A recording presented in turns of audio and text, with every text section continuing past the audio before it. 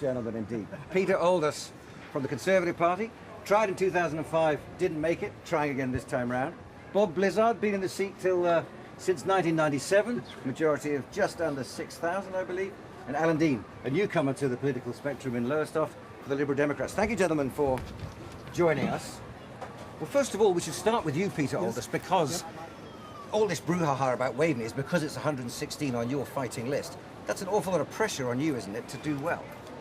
Well, yes, it is, but we have a very clear message here in Waveney, the Conservatives. It's about creating jobs, which is so vital for Britain and also for Waveney, so as to keep the economy ticking over.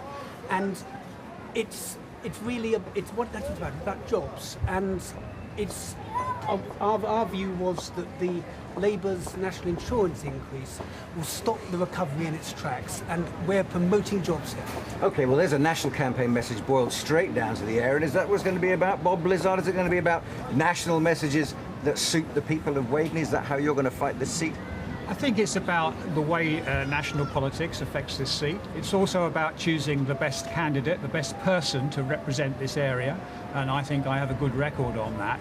But, you know, unemployment in this area was 14.5% when we had the recession under the Tories because they did nothing to help people. Unemployment today here is 4.7% because our government has actually done something to help. We've got recently announced investments in offshore wind energy, which will bring thousands of new green jobs to the area. What we don't need is the Tory policy of deep cuts now, because deep cuts now will damage our prospects, it will put people out of work at a stroke, it will take money out of the economy, and it will put us back in recession. Alan, what about now? What about dealing with people's problems now?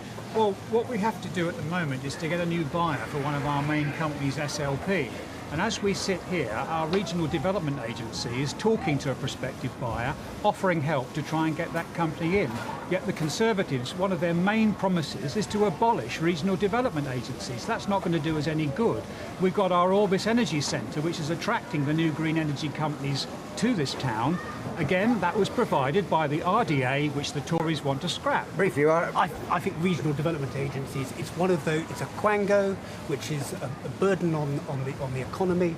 I think as far as green energy is concerned, the Conservatives are right behind that. It's right at the forefront of David Cameron's agenda. We have an excellent green energy policy. It's putting the infrastructure in place so that we can take full advantage of the renewable opportunities offered offshore. We're out of time, gentlemen. Are we all agreed the campaigning here is going to be vigorous and, if not, perhaps even fierce? You bet it is. Vigorous but good-natured. Exactly. Well, there you've heard it. I think the people of Lowestoft and indeed the people of the constituency of Waveney are getting the message that this is going to be a hard-fought national campaign and Waveney is going to be no exception, Kay. Back to you now in Westminster. OK, Andrew, thanks very much indeed. Well, the question